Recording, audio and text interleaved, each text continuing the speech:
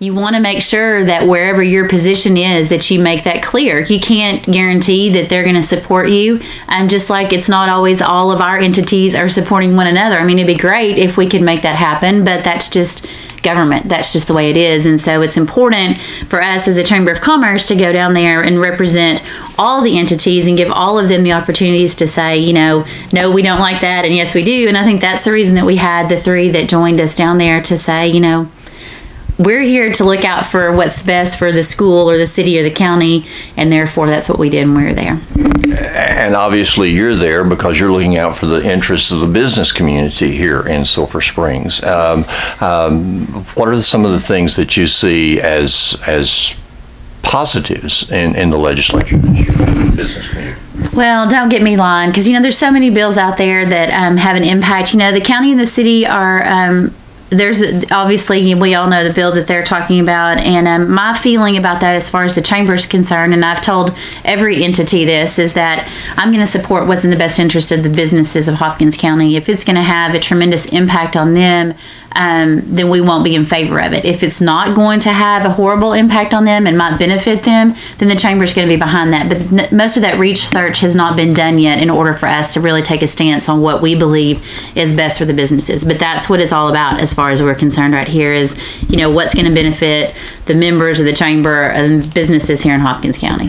It's going to be rather difficult to find any research on this, since this is kind of a new thing in Texas. It is, but that's something that we'll have to do on our own. If we have to go out and do the research, I really don't think it'll be that difficult. If you're talking about property taxes going down, you can figure out real easily how much that's going to go down, versus you could take a monthly budget and figure out how much it'll increase in sales tax. I mean, to me, it's fairly simple research.